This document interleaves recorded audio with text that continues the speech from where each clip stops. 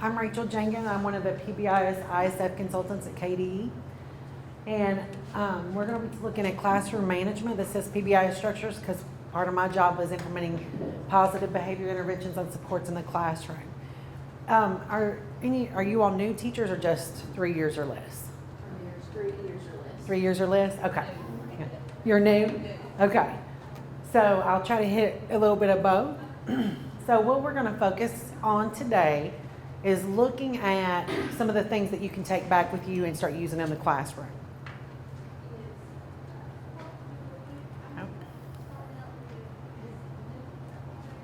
So just be present, be alert, open to new ideas and ways of thinking and problem solving. Be considerate and respect the other adults in the classroom, in the room. Our objectives today is to obtain information about positive behavior interventions and supports, and to review Tier 1 interventions, to start the school year and kind of refresh classroom strategies with a positive, proactive approach, whether virtual or in person, because we know with everything, we never know what's going to happen if we're in class or if we're virtual, or who knows at this point. If you've been in any of my other sessions, you saw that I'm a pug person, so I always have a little pug at the front. So we just do a check-in. So if you want to just pick one word of what you're feeling right now, you can use it from this box, or you can pick your own and just turn and tell your neighbor one word that you're feeling right now. It's hard to see, that's why I say just make up your own. I cannot see that well so on this. I think I'm going to make my own little box and fix it a little bit, because I was like, it is hard to read. If I had to choose a word, I think mine would be full. Oh, yeah, that's true. So, and I do get a little tired after lunch, so I'm going to try to make it not so bad for you all, because I know how it is. My goal today is for you all to find at least one thing you can take back in the classroom. I know when you go to trainings, you may sit through one and you might not find anything. I just hope you find one thing you can take back with you. That's my goal for today. And that activity is called Naming It To Tame It. So you just have to, Permission to Feel by Mark Brackett. Just understanding how you're feeling at a moment before you make decisions. Sometimes it's trying to just take a second, check in with your class, your students, check in with your adults in the building. This is just an easy activity to do to see what level everybody's at.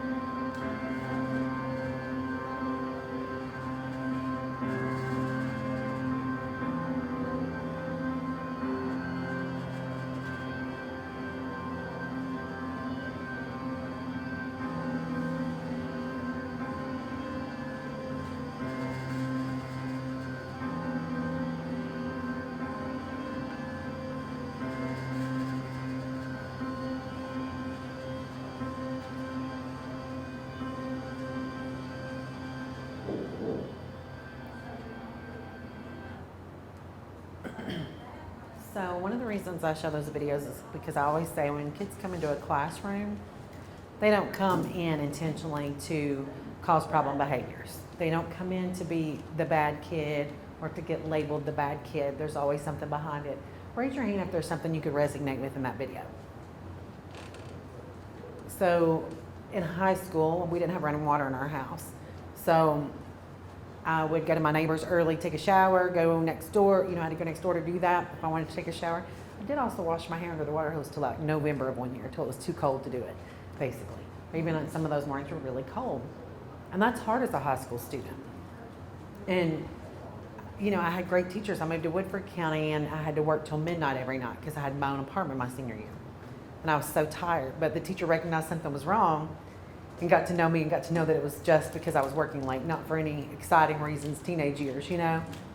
So getting to learn your students and what they see, what they hear, what they feel is going to be so important as your role as an educator.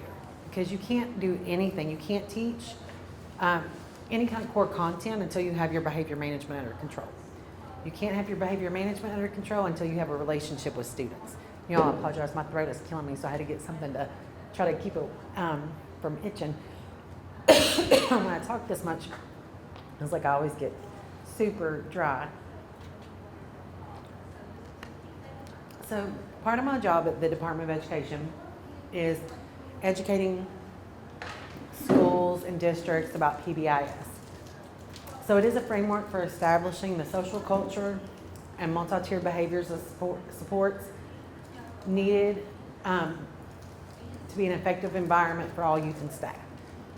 Your classroom management is going to be the most important thing you do, because you could spend your entire year putting out fires if your classroom management isn't under control. And it's not easy. My first year of teaching, oh my gosh, y'all, I did not think I was going to make it. I was like, my first job was a long-term sub at the high school level. I was fresh out of college, you know. I mean, and I was an older teacher because I didn't go back to school till I was in my 30s or late 20s, late 20s.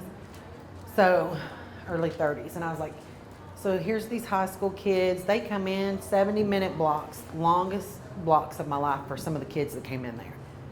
There was gang affiliation, and it was legitimate gang affiliation.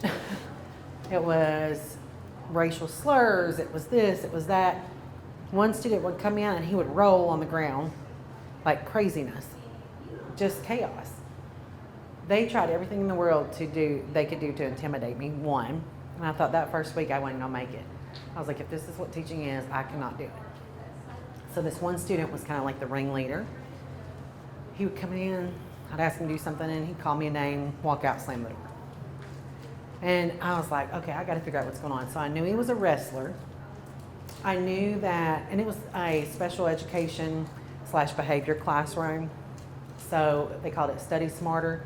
I felt like it was to give every other teacher in the building a break for 70 minutes. But they would do their homework and they would actually study for tests and things like that, and I would help give them supports while they were in there. This student was rough. He came from a 2-parent home, middle-class family, involved in church. His Sunday school teacher ended up being my neighbor. I got to know his coaches. His wrestling coach and I went to high school together, and I thought, got to figure out how to get in with this kid. And he said, and the wrestling coach was like, well, what's one thing you know about him? I was like, he likes food, because he's a big boy. He's like a big boy. So he's like, start with that. And I'm like, what do you mean? He goes, he likes to eat, start with that. He was like, get something to get his attention. So one day we were working and he asked me what I was eating, and it was like these little sugar-free mousse cups, Jello pudding. And I was like, you know what, if you finish your work, I'll give you one. He's like, you're lying. I was like, I swear, do your work, I'll give you one. Lo and behold, he completed that sheet of paper. He got a Jello pudding. So this went on for a while, not just Jello puddings, but other things. We started building a relationship, and I said, hey, he came to school Monday, and he goes, I'm mad at you. And I'm like, what did I do? And he goes, you've been talking to my Sunday school teacher about me. And I was like, yes, I have. And he said, and you know the wrestling coach? I was like, yep. And he was like, I don't like you meddling. That's fine, you know. This goes on for several months. We start building our relationship. He was failing his classes, you know, C's, D's, barely passing as a junior. By the end of the year, he was a straight A student.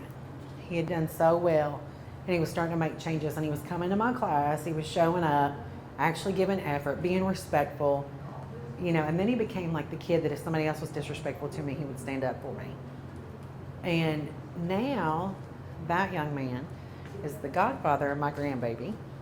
And then his best friend, who was also in that class, ended up being my son-in-law. So be careful with your relationships that you build with your students. But I just know like it took a lot of years and a lot of time and practice to realize that until you have those relationships in place, kids are not going to work for you. And they have to be authentic. They have to be real. Because if you go in and you fake it, kids can smell it. I mean, some kids are hard to love. We know this. Just like adults. Some adults are hard to love. But we would have these kids come in. One student in particular drove me crazy. And my teen teacher said, I want you to pick one thing that you can compliment him on or you can like about him. She's like, you got to start somewhere. Because I was like, I just can't. I was like, we just can't seem to click. So he came in the next day and he had a new haircut. And I was like, hey, I love your hair. And I said, it started with that. And then, he liked that I complimented and did something positive. Kept going. This was like my second year, and this was teaching second grade, or third year. And he came in, and I started realizing he was very smart. It's just I wasn't really giving him a chance because I couldn't connect with him like I needed to. And I hadn't really figured out a way to do that. He was so smart, he was bored in my class. He was actually like a genius level and got sent to a gifted and talented school. But at the beginning, I was so busy just seeing the negatives, I couldn't see the positives. And sometimes I just want to encourage you as you're looking at your students this year to think about the negatives. Look for the good in them, not just the bad. We know what the bad things are, the things that can come out that drive us crazy. But look for something good in every single student. And you'll be surprised at how it'll change your perspective as well. When I teach about PBIS, it's all those outcomes that you have for your students, the data, the practices, the systems that you guys put into place. And we look at like the three tiers. Today our focus is going to be tier 1. That's what you do for every single student in your classroom, and that's 80% of your students are always going to be at tier 1. Tier 2, there's about 15% that need extra supports that you can't give them in tier 1. Tier 3 students is about 5%. And that's the students that are pretty intense and need lots of extra supports behavior-wise.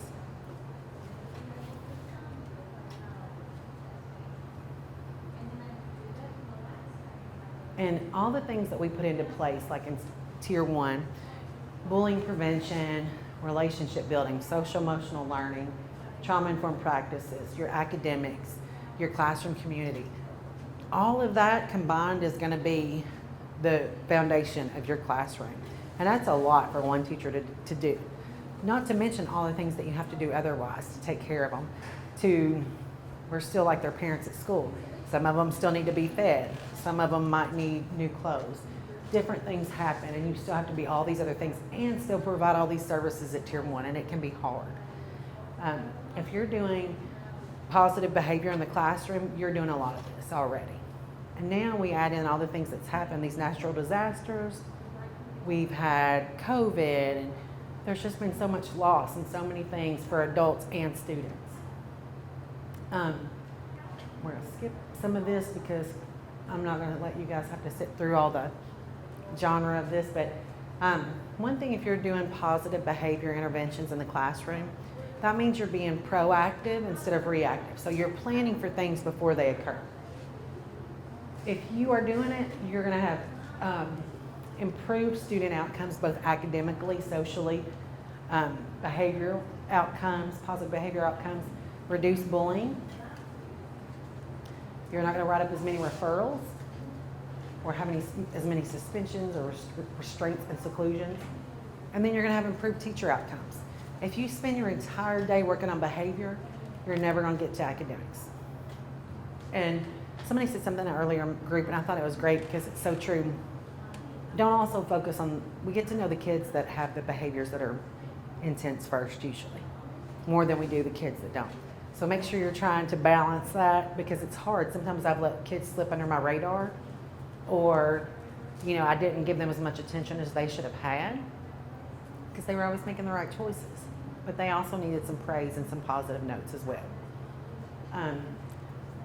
One of the things that I do is I try to make sure, like, even during my trainings, I'll come by and I might give you a stick-it note and it says, thanks for listening, thanks for participating. Things that you give kids don't have to be tangible, but kind words, pat on the back, I see you, I hear you. Those are the things that are important. For me, I still have a note that I think it was 11th grade, typing teacher said I was doing a really great job. And I still have that in my scrapbook because I kept it. And the thing is, these little notes, some kids, might not act like they like it, but they do most of the time. Those are the things that make them happy. Kids in high school, they like having calls home. You'd be surprised. They like having positive notes home because I can remember one of the kids came in and was like, you called my mom. Yeah, because you had a wonderful day. You got an A on your test. Why'd you call her? Because I wanted her to know something positive you've done. He was excited, but he was so confused that I had done that because nobody had done that yet. Nobody called home for something positive. She was so used to getting negative phone calls, she didn't even answer the phone. She heard the voicemail and called me back. Because you see that school number and the first thing you do is, I'm not dealing with this right now. Because it's always something negative. So when you're doing tier 1, you want to encourage the expected behavior. So if you're in a classroom, you can't discipline kids for things that you haven't taught. Kids don't know what they don't know. It's funny, I was like, some teachers I've seen discipline even in kindergarten because kids didn't know how to sit at a desk.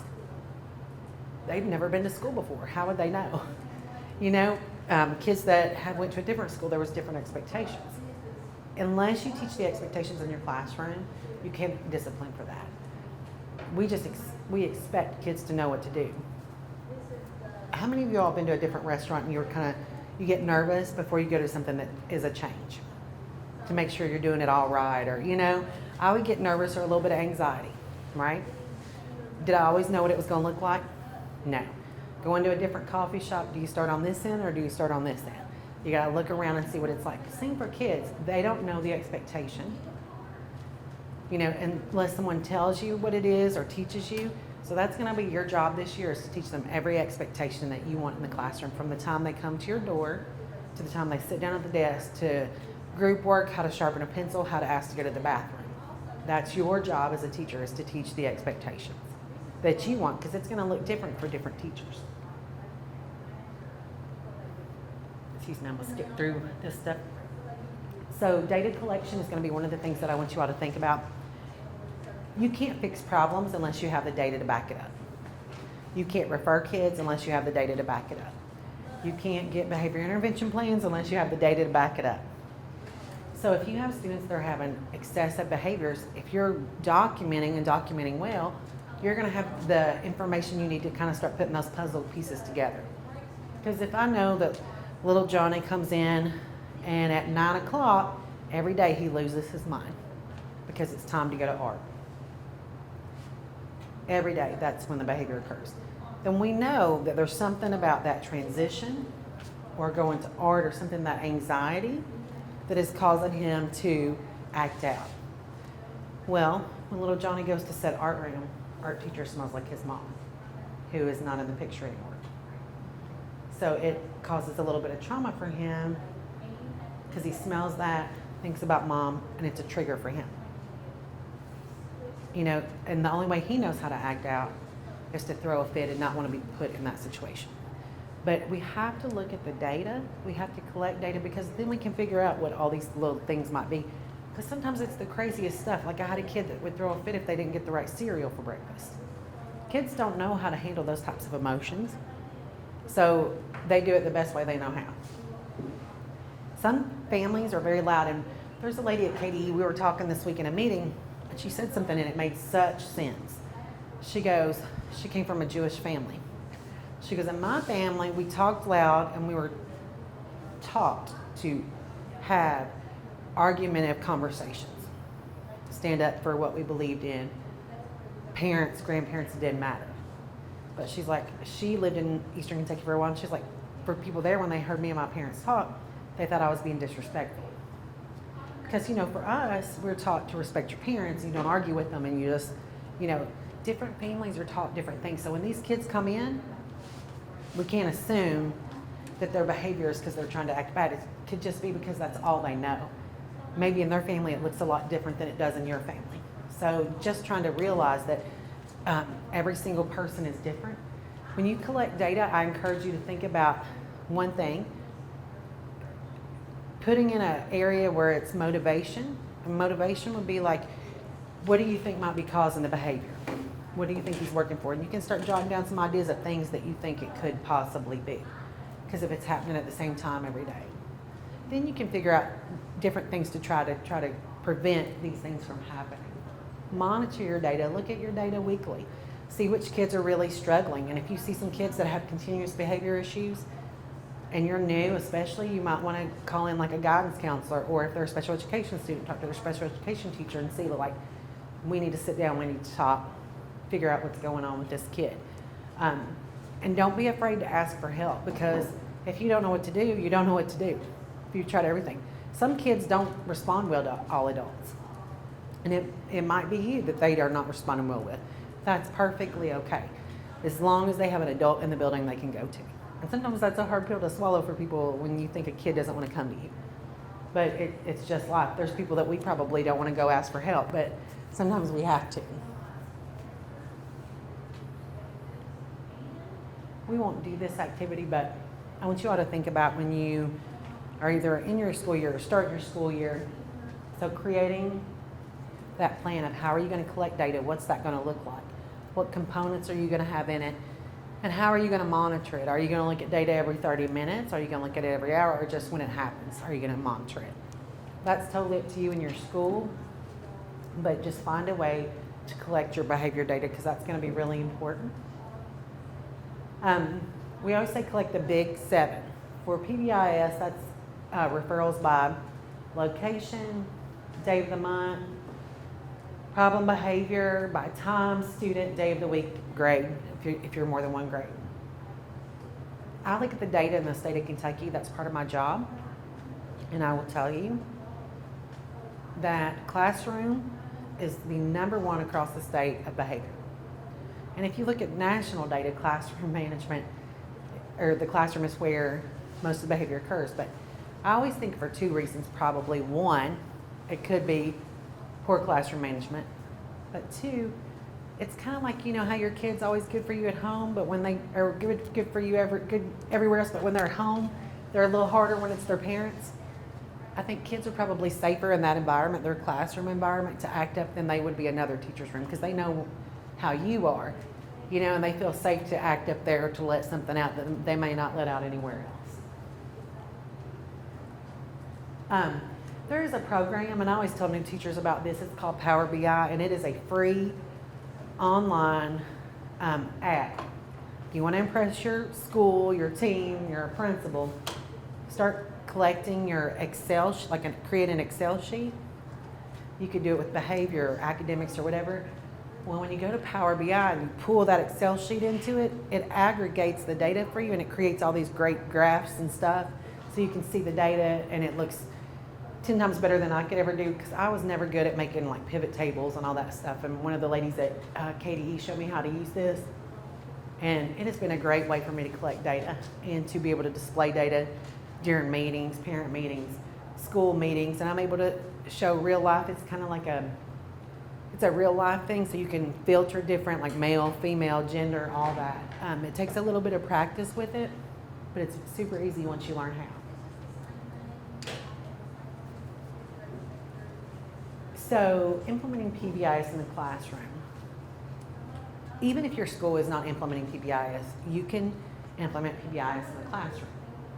You can look at your data collection, be proactive in the way that you teach classroom expectations.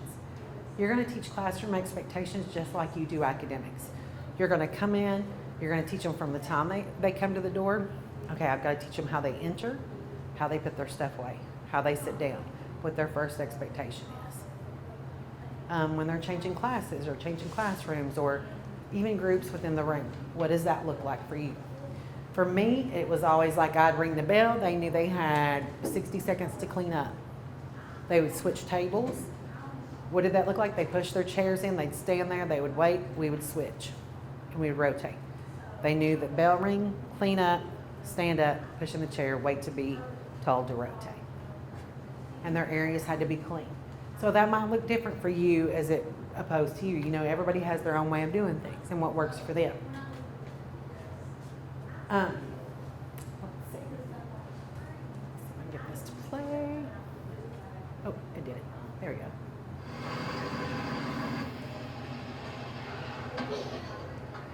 Hey, Mr. Q. Did you see that? Why would somebody do that?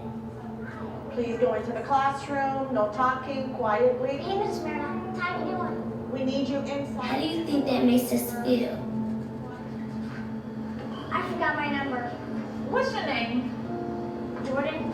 What's your last name? Carter? Go ahead.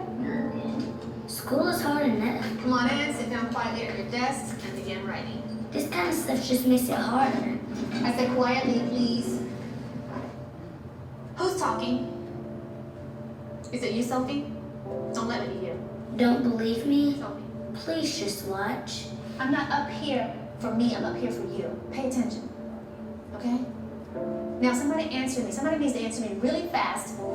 Every time we're ignored or yelled at or silenced, the teacher takes away what's possible. No horseplay, no running, and especially no talking. Moment by moment. Miss Garrity, your student's behavior yesterday in the lunchroom, it was terrible. Next time, silent lunch. Did you hear that? Stay in line and catch a bubble. I'm not playing.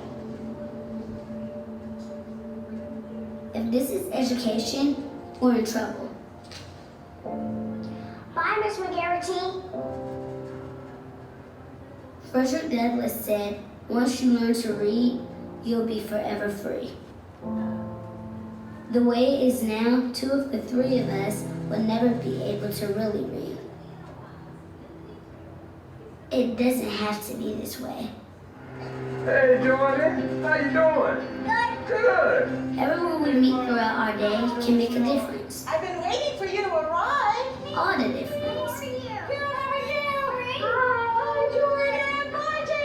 Good morning, Jordan. How are you? I'm doing well. Thanks for asking. How are you? Good. Go ahead and punch your number in. Talk with us, not at us. That's okay. I'll look it up for you. Go ahead, sweetheart. Okay. All right. Teach us what we need to know.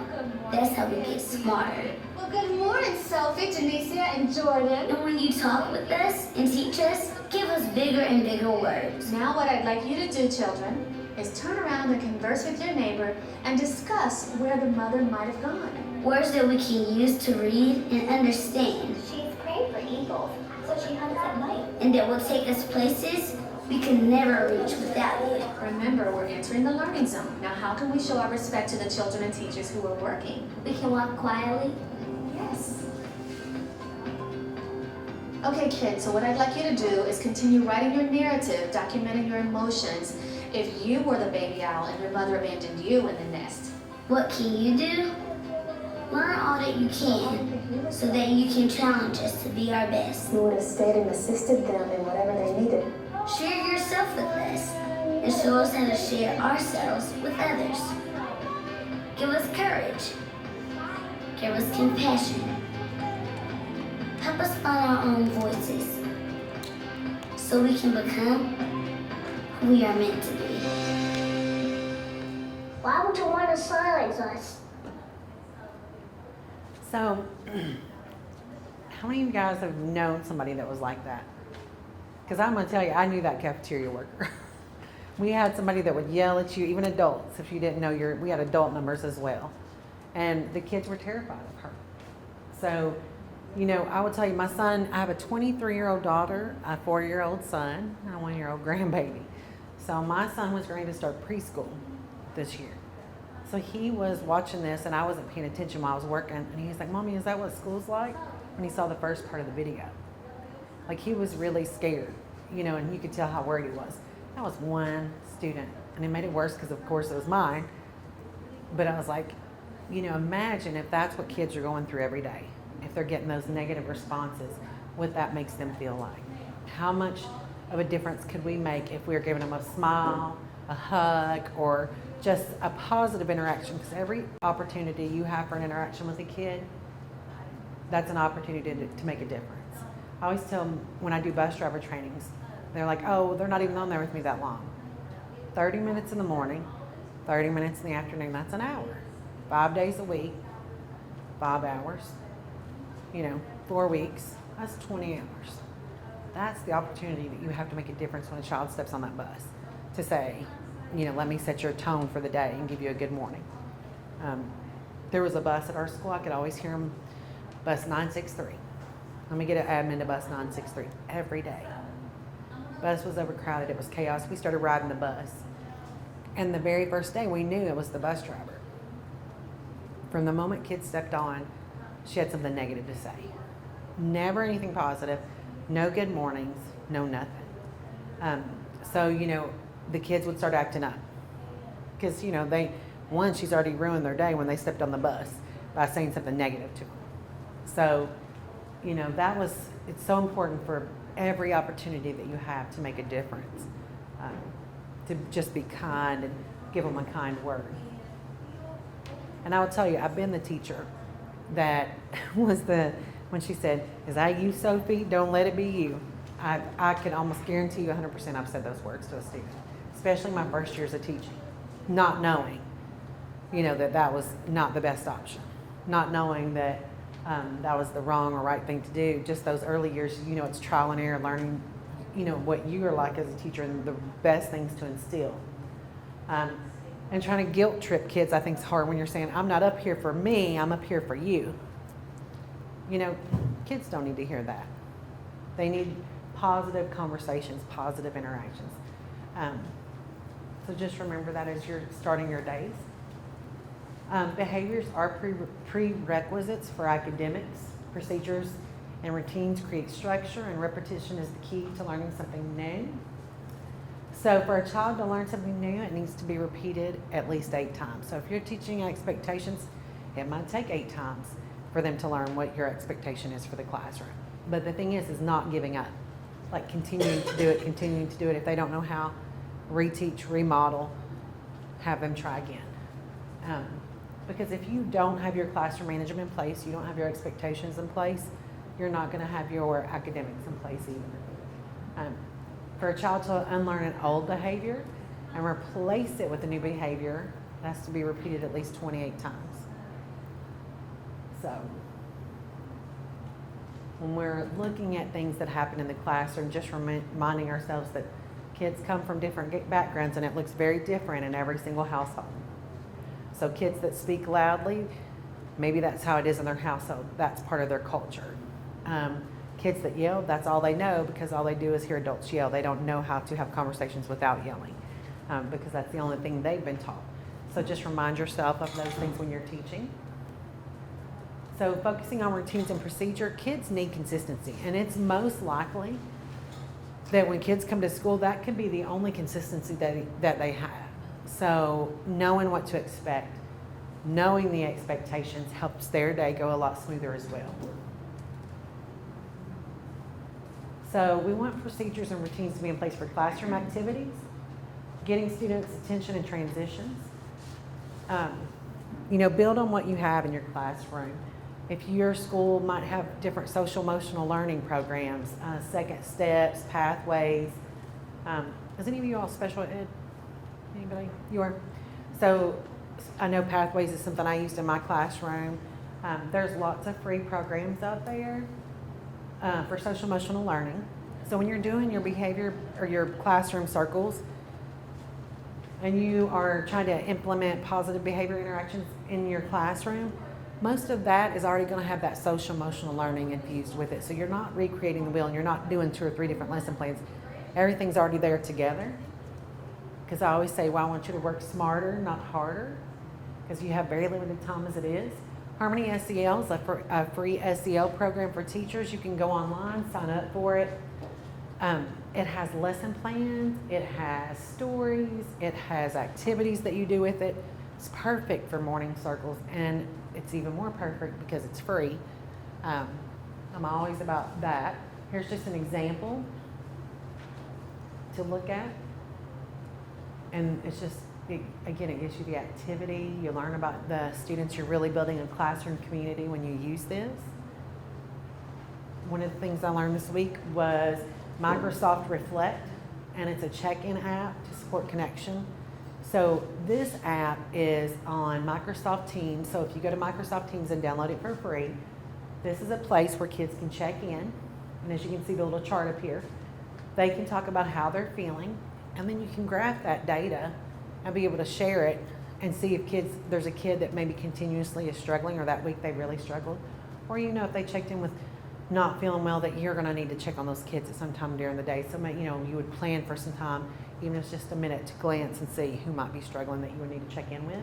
If a student is consistently having issues, you might need to talk to your school guidance counselor or psychologist. This also has lesson plans. It teaches you about growing emotional vocabulary, how to use your words. It's free as well, so that's a great way for your students to check in. Providing students with those written and graphic cues in the setting where the behaviors are expected. So as adults, we know that it might look a lot different on a Friday night out with the girls than it does on a Monday morning at school. So, we have to teach in context. We as adults kind of know when to dress up, when to dress down, when to speak a certain way, when not to. Kids have to learn those same rules. So if you're teaching about bathroom expectations, you're going to take them to the bathroom. This is where you do this. This is what it looks like. Cafeteria. Here's your expectation for cafeteria. When adults come in the classroom, what does that look like? Do you want students to be on 0 voice level? Do you want them to be able to talk or whisper? It's going to look different in each classroom. So determine what you want and teach those kids in that area and wherever it's at in the building, what that expectation is or what you want it to look like. Special area, hallway, all of that. If you want them to walk a certain way in the hallway, ours was arms had to be folded or hands to your side. And we had a gray, darker tile that was close to the wall, and you had to walk on that, and you were voice level 0 in the hallway. So that was a school-wide expectation, and if you're not doing PBIS as a school, that could be just your classroom expectation. Plans to reteach and restructure teaching, like if things aren't going well, behaviors, really at an all-time high, stop what you're doing, go back through your expectations that they're struggling with, and reteach them. Especially like after Christmas, Thanksgiving, those long breaks. Oh my gosh, kids forget everything they ever learned when they come back. I don't know where it goes, but it goes. So making sure that they know all of that when they come back. So take a couple of days, reteach those expectations, because again, you're not going to get to academics until those expectations are in place.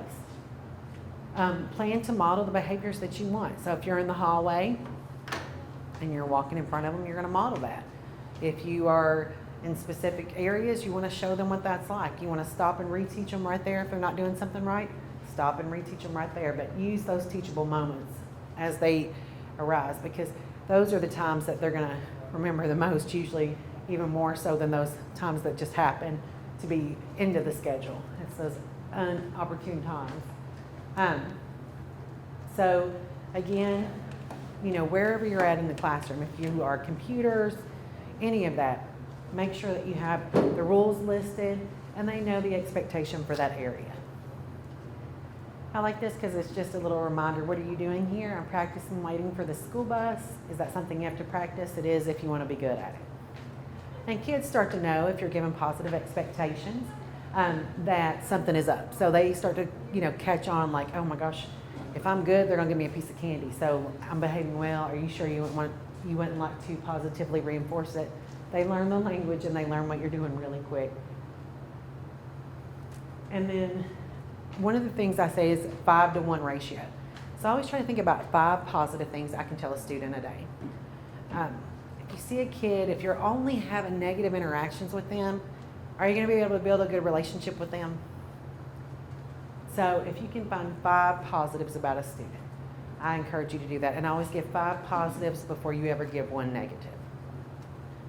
Because you want every interaction to be as positive as possible. One of the things I will take a Post-it note and I'll walk by and I'll say, I'll see who's doing a good job, and I put those Post-it notes down. That's just that positive reward. You don't have to say a lot. You don't have to skip a beat. You just keep a few on a little Post-it note, stick it on there. If it's smaller kids, you might put a smiley face or, something, just to let them know that they're doing something well. Giving group positive behaviors. If there's a lesson that went great and you want to give them 2 or 3 extra minutes of free time or just a time for a break because they've all done so well, that's fine. One of the things I want to remind you though, if a few kids are acting up, you can't take something from the whole entire class because they weren't part of it. Sometimes as adults, we want to, we might be a little upset or angry, so we might say, hey, that's it. Everybody, 10 minutes, no recess. Because it's out of our emotions and what we're feeling, not about what the kids did, or maybe it was just 5 or 6 kids that caused all the chaos, but now we're making everybody suffer for it. So I would never give group consequences unless every single student was involved, but very rarely does that happen. It's usually just a few. Most everyone likes to be praised, even middle and high school students. They like homework passes, extra time, reading time, lunchtime with the teacher. You'd be surprised how many high schoolers like to eat lunch with a teacher.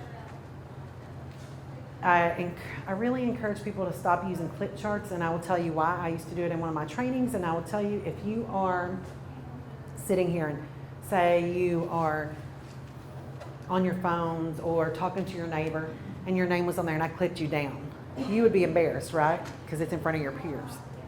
So even as adults, we would be embarrassed by that. And I did that at one of my trainings, and this lady, she agreed to do it. But, when I actually did it, she was getting upset, and I was like, but you knew that I was going to clip you down. And she was like, yes, but it's embarrassing. And I was like, so imagine how the students feel, And that's the thing. We have to remind ourselves, if we are going to discipline a student, just one individual student, it is I would always take them to the side, or say they're not doing something well. I might just go over and lean down and be like, I need you to stop doing this. Private. Not everyone in the classroom needs to know that that person's doing something wrong. When we do that, we start to label kids that way. If we're constantly going to that one student, kids start to see that that's the student that causes a little bit more problems than others. And we unintentionally label students that way. And then, let's see. I'm not going to do this activity, but I encourage you to think about ways that you can positively get students to keep working. That's one of the hardest things. Like, kids don't want to do it. They'll just sit there, But I've learned. I had this one student, I couldn't get him to do anything. He just did not want to do anything. I would start, I love the way you're sitting. You're doing a great job. I like the way you're sitting there. Let's try to stay focused. I'd come back by. Oh, I see you got your name on your paper. Good job. And as hard as it is, sometimes you just got to keep giving those positives, because you'll be surprised the more positives you give, then you'll finally get that first word on the paper or that second word or that third word. High school students, I had a kid that said, I love tacos every single day in his journal for a good 30 days. Eventually I got, do you like tacos? And I love that kid to this day. He is one of those kids that kind of sticks with you, but I was like, it took a long time to get there, but we finally got there. I mean, he literally dropped his pants and walked to the front of the class in his boxers one day. So, and here I was, just a long-term sub, looking for a job, and thought, I'm never getting hired at this school, because it was just, these kids were intense. But after building that relationship, I was able to get through that with them. But we have to be patient, and you just have to work through those times, even when it's hard. Let's see, I'm trying to make sure I don't go over time. Okay, so we use hand signals. This is something you can do in your classroom with elementary adults like we did. This was bathroom, water, question, or I got something to say. This is a way to keep kids from interrupting, because I would lose concentration too when kids interrupt me. But if you got to go to the bathroom and you know the rules, you can't go in 10 minutes before, to the bathroom 10 minutes after the bell rings or 10 minutes before. They knew the rules, they were taught the expectation, they give me their hand signal and I just do this and keep moving. Your class keeps going, you don't have to stop and talk. You just tell that kid to go to the bathroom and they know what to do. Task and time, it's good for me too, because I'm really bad about staying on task sometimes. So setting a timer for your activities. I might say, we're going to read chapter 1, you have 10 minutes. And then I would go to her and I would say, what's your task? And she's going to say, read chapter 1. How much time do you have? And you'd say 10 minutes. If she were to get it wrong, I'd go to another person and say, what was the task? She'd tell me and I'd go back to her and ask her again, what's the task? How much time do you have? Because that keeps kids going and they understand the expectation and what you're asking them to do if they hear it repeated. And if they know you're going to ask that question and they don't know who you're going to ask it to, they get worried, so everybody's trying to listen to make sure they know. And if you've ever had this teacher, all the rules and expectations that she has, I would do no more than 5 rules in my classroom. Kids really, that's enough, no matter what grade level. So think about what the 5 most important things are in your classroom. We're going to skip to this. So if you were going to teach expectations, you can make a classroom checklist like this. You can find this online or you can create your own to use every year. These are the things that you want to teach. These are the expectations you need to teach, and just start checking them as you teach them. That way you know all your classroom expectations have been taught and you can move on. And I'm going to let you guys do that on your own time because we're kind of running short on time. Making sure those classroom expectations, visually there's pictures there, your rules are there, and they're age appropriate. Teach them model transitions. We know hallways can be one of the roughest times, or changing classes, making sure kids know what you want that to look, that you let them know what that's supposed to look like. Creating that classroom community, making sure everybody feels like they're a part of a classroom and that they belong. How do you prepare for all students? Thinking about anybody with different languages or disabilities. How do you prepare for that? All the things that you're going to need. And if you're a new teacher, I would definitely say pair with a special education teacher so that you have a really good way to collaborate and work with them. And you'll learn a lot about special education students by collaborating with your special ed teacher more. If you don't know about a disability, I encourage you to research. I encourage you to talk to your teacher. Find out all that you can. And looking at IEPs can be overwhelming. So at the beginning of the year, I created a list for my teachers and I put the student's name. And this was their accommodations that they got, because this was so much easier doing like an accommodations list instead of reading through a 20-page report and trying to figure out what this kid needs and what I'm responsible for in my classroom. They also have Iep Snapshots that you can have. They have these online, or you can create your own for your students. It's just an easier way to look at what your students' needs are and you make sure they're being met. And you don't have to look through a 20-page report to find it.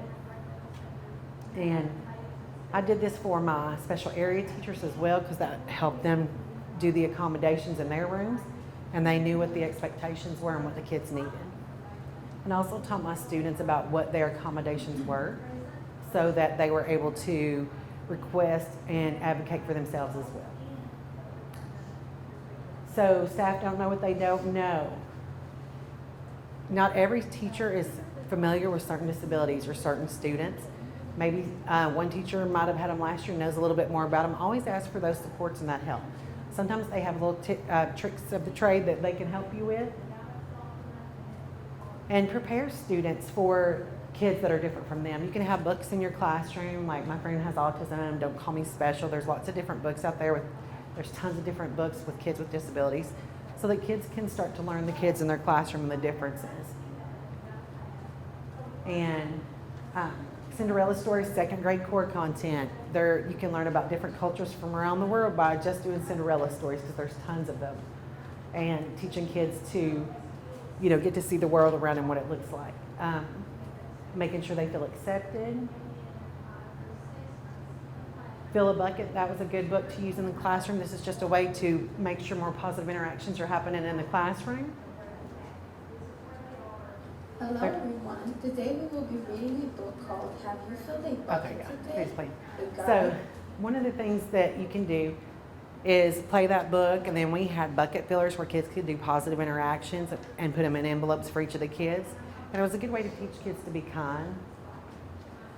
Prepare for emergency sub plans, you all. Nobody wants to come in when they're sick. If you create an emergency sub plan box in the beginning, you'll have it the whole year. So you could put content you've already studied, reading, writing, math, whatever folders, sub box with your class list, all the information about your classroom, schedule, lesson, all of that. And already have it ready so that if there was an emergency, and we know that this happens now, that it's ready and it's done and you don't have to worry about it. And these are just some different things that you can have, and you'll have the copy of this in the electronic folder, and if you got one of the hard copies, to tell you different things that you can put in your substitute plans.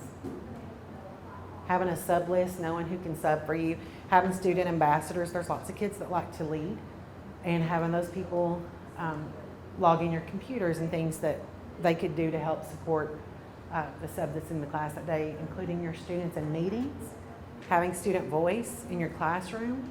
You know, collecting data from your students about things that are going well or not going well. It's important because some of the kids really have good ideas or have things that they can tell you. You just have to listen.